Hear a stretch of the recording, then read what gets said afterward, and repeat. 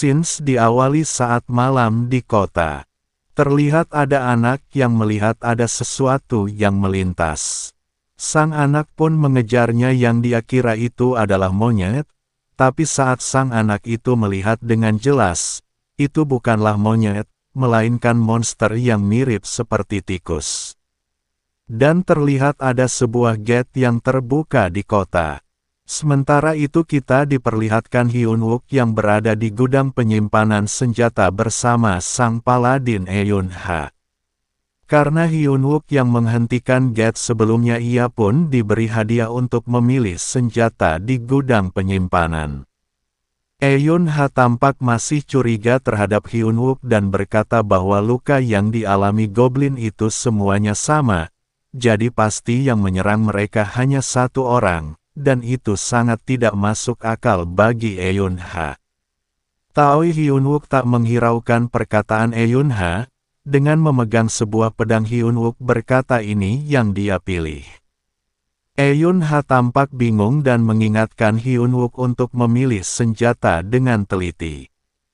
TP dalam ingatan Hyun-wook sebelum regresi, senjata ini sangat kuat.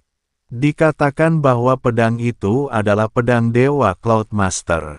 Ketika potensi pedang itu terbuka, maka penggunanya bisa menggunakan kekuatan petir. Dan itu cukup untuk menyelesaikan Dungeon kelas menengah seorang diri. Lalu tiba-tiba ada peringatan yang mengatakan bahwa gerbang Itaewon telah terbuka. Semua tentara tampak berlari untuk mempersiapkan diri menghadapi gate tersebut. Lalu scenes menunjukkan kedatangan Guild Chonghwa. Mereka menggunakan jubah besi yang mewah. Sementara sang MC kita Hyun-wook sedang memberi wejangan kepada anggotanya.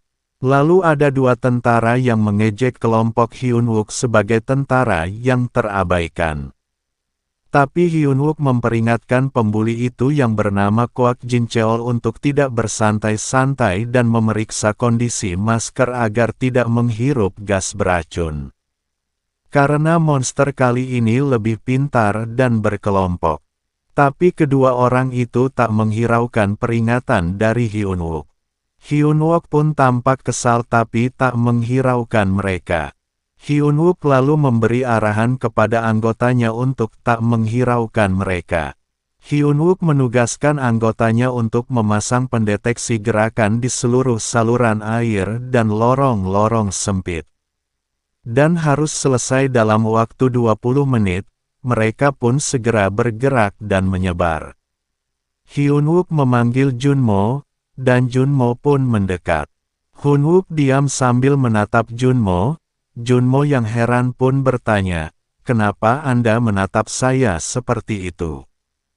Tiba-tiba ada anak panah yang mengenai leher Hyun-wook. Anak panah itu terlihat mengandung racun. Hyun-wook pun tumbang, disertai ada gas yang keluar dari saluran air. Para tentara yang tak menghirup gas beracun itu pun tumbang. Dan dalam keadaan panik para monster pun menyerang mereka. Terlihat Hyun-wook yang tak bisa bergerak pun dihampiri monster, dan hendak menusuk Hyun-wook.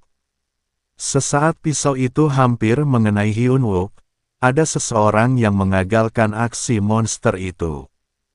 Ternyata itu Junmo. Saat Hyun-wook menyuruh Junmo untuk lari, tiba-tiba kepala Junmo sudah terlepas dari badannya. Dan Hyun-wook hanya bisa berteriak, "Sial." Tetapi itu semua adalah ingatan Hyun-wook sebelum dia regresi. Terlihat Junmo yang bingung melihat Hyun-wook sedari tadi diam. Nampak dua anggota Hyun-wook telah selesai memasang sensor gerakan di saluran air. Hyun-wook pun memberi perintah kepada Junmo. Saat Hyun-wook memberi sinyal, dia harus membawa semua anggota regu untuk mundur dari area ini. Tapi Junmo sedikit protes karena mundur dari area yang ditugaskan adalah pelanggaran besar bagi seorang prajurit. Hyun-wook dengan percaya diri bilang bahwa ini adalah strategi. Lalu diperlihatkan pasukan yang akan menyerbu sebuah bangunan. Setelah mereka berhasil masuk, pasukan itu membentuk sebuah formasi melingkar dan mengaktifkan sebuah sihir. Terlihat juga para monster yang banyak dan siap menyerang mereka. Saat para monster sudah mulai dekat, para prajurit mengaktifkan sihir dan keluar api dari lingkaran sihir tersebut. Prajurit yang lain pun juga ikut menembak menggunakan senjata. Di situ terlihat pertempuran yang lumayan sengit.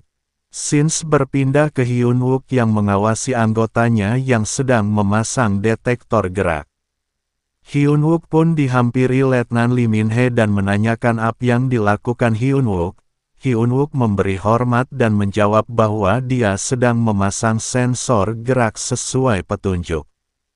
Letnan Lee Min-hee terlihat menyepelekan Get dan berkata untuk tidak mempermalukan diri dan meminta Hyun-wook dan regu pembantu untuk mengambilkan posion detoksifikasi. Tapi Hyun-wook menolak dan berbicara dengan keras bahwa tugas tentara pembantu adalah menghentikan monster yang kabur dan mencegah monster ke arah warga sipil. Sontak para tentara di sekitarnya pun melihat mereka, yang membuat Letnan Lee Min-hee sedikit jengkel karenanya. Letnan Lee Min-hee pun berkata untuk tidak sombong hanya karena sebelumnya Hyun-wook mampu menghentikan Get dan diberi perhatian khusus oleh komandan. Tiba-tiba ada seseorang yang datang karena melihat pertikaian mereka. Dia adalah Sersan Choi Seon-ha, seorang mage berkemampuan penyerembuh yang berada pada rang C.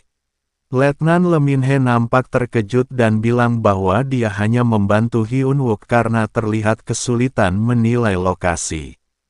Dengan muka merah dan malu-malu Letnan Lee Min-hee menanyakan kenapa Choi Seon-ha kesini. Choi Seon-ha pun menjawab bahwa dia disuruh menyampaikan Hyun-wook untuk menghadap komandan sekarang juga. Hyun-wook pun tampak bingung mendengarnya. Dan di dalam ruangan pertemuan itu Hyun-wook bertanya-tanya kenapa ada Chong Myong-ho di sini bersama komandan batalion. Di sini komandan mengatakan akan memberi ujian kepada Hyun-wook. Ujian itu adalah menjadi komandan sementara untuk misi penyerangan Get. Terlihat Hyun-wook yang protes terhadap keputusan komandan, dan berkata bahwa ini bukan pelatihan semata. Hyun-wook tidak mengerti kenapa kita harus mempertaruhkan nyawa peleton satu dalam pertarungan nyata. Komandan tak menghiraukannya dan berkata itu adalah perintah. Lalu terdengar laporan dari radio bahwa bos monster telah keluar dari sarang dan meminta agar bersiaga. Hyun-wook pun tampak memikirkan kelompoknya. Hyun-wook tampak membulatkan tekad dan ingin memberi pernyataan kepada komandan. Komandan pun mempersilahkan apa yang ingin dia katakan. Hyun-wook berkata bahwa dia tak ingin menyia-nyiakan nyawa prajurit dan ingin menyelesaikan tugas pendukungnya saat ini. Dan dengan nada tinggi komandan pun membiarkannya, tapi Hyun-wook harus bersiap karena tak mematuhi perintah.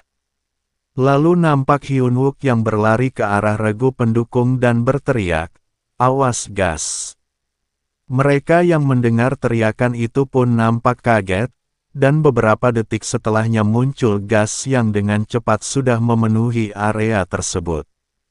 Hyun-wook pun memakai maskernya dan mengambil pedang yang ia ambil dari penyimpanan senjata.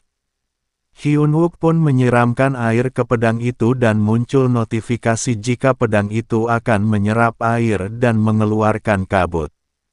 Hyun-wook hanya berharap bahwa Junmo mampu selamat dan membawa semua orang pergi dari area tersebut. Lalu terlihat monster yang sudah mulai menyerang. Terlihat para tentara yang mati-matian melawan para monster tersebut. Mereka terlihat cukup kewalahan menghadapi monster ini. Amunisi mereka pun terlihat akan habis. Park Junmo pun berinisiatif akan memancing para monster agar rekan-rekannya dapat mundur. Karena monster-monster ini tertarik dengan sesuatu yang mengkilap, Park Junmo mengeluarkan skill listrik kecil untuk memancing mereka. Park Junmo pun berlari menjauh diikuti para monster. Dan saat monster itu sudah mendekati Junmo yang sudah pasrah berlari, tiba-tiba ada serangan yang mengenai para monster itu. Junmo pun terjatuh dan di hadapannya ada Hyunwook yang memegang pedang dan mengeluarkan kabut. Di dalam notifikasi dikatakan bahwa kabut ini dapat menetralkan gas beracun. Hyunwook pun berterima kasih karena Junmo masih hidup dan melakukan pekerjaan dengan baik. Junmo pun terdiam dan berkaca-kaca mendengar itu. Tapi terlihat masih banyak monster di sekitar mereka. Hyunwook dengan senang pun menganggap monster Iki adalah makanan dan siap memakan mereka semua.